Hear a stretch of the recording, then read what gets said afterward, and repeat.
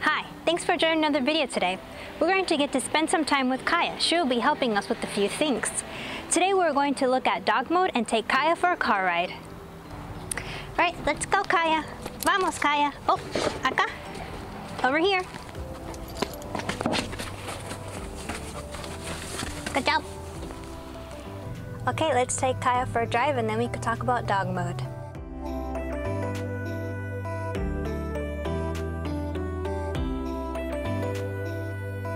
Tesla! Congrats!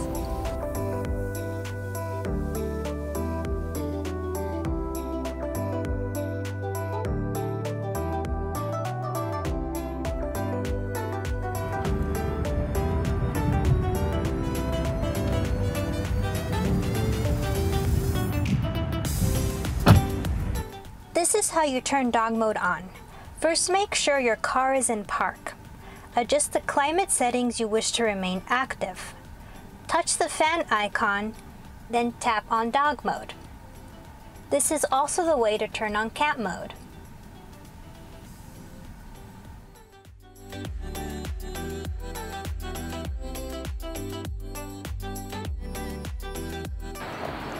This is what dog mode looks like, with the screen showing you that the dog is okay in its current set temperature.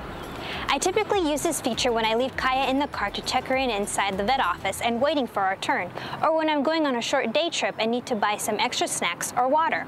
I don't leave her in here long at all, just my personal comfort level. I do sometimes worry that people will ignore the screen. Nothing negative has happened, but I like to play it safe. The following items are important to know about dog mode. Pay attention. This climate control system maintains your climate settings until you shift out of park or manually turn it off. You can also adjust and control dog mode from your Tesla app.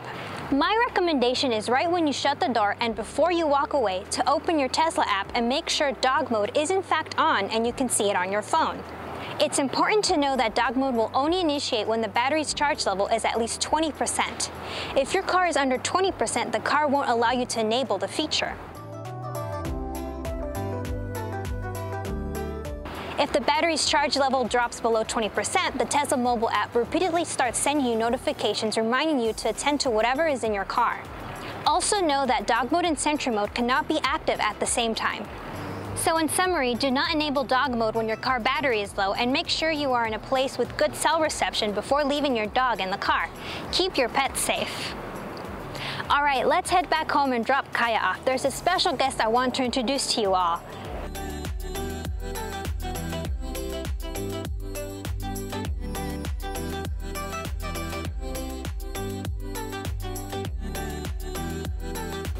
This is Luna. This is my mom's dog. If you have Smart Summon in your car, you can do fun videos with your pets. All right, Luna, where are you taking us? Around the parking lot? Wow, look, no paws. Nice job.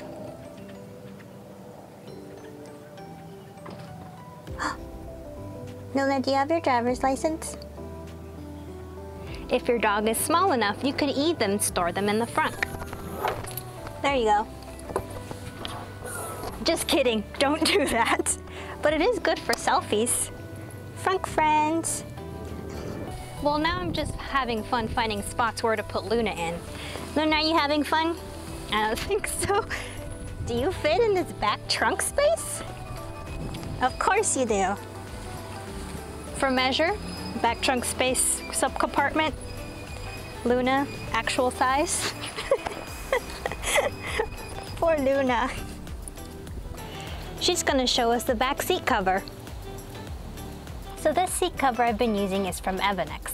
I've tried it out with Calla and Luna. They are an aftermarket Tesla accessory shop. My older seat cover isn't as thick as this one and wasn't fitted for my car. This one is fitted for the Model 3 and the Model Y. So there's two Velcro slots on each side, so you have access to the seatbelt buckle if your leash has that option to buckle the dog in. Let's see how easy it is to clean this. I did have a vacuum, but actually my vacuum doesn't work really well. I actually find a lint roller more useful.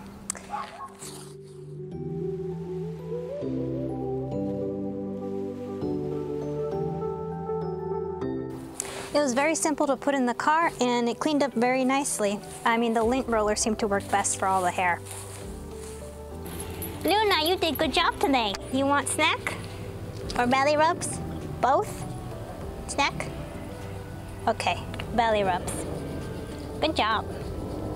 That's all for today. Thanks for spending time with us. Make sure to subscribe for more EV content and follow me on social media at CallasEV and Callas Tesla. In case you missed it, Kaya's my dog. And check out my website at www.callasev.com. That's all for now, and happy charging!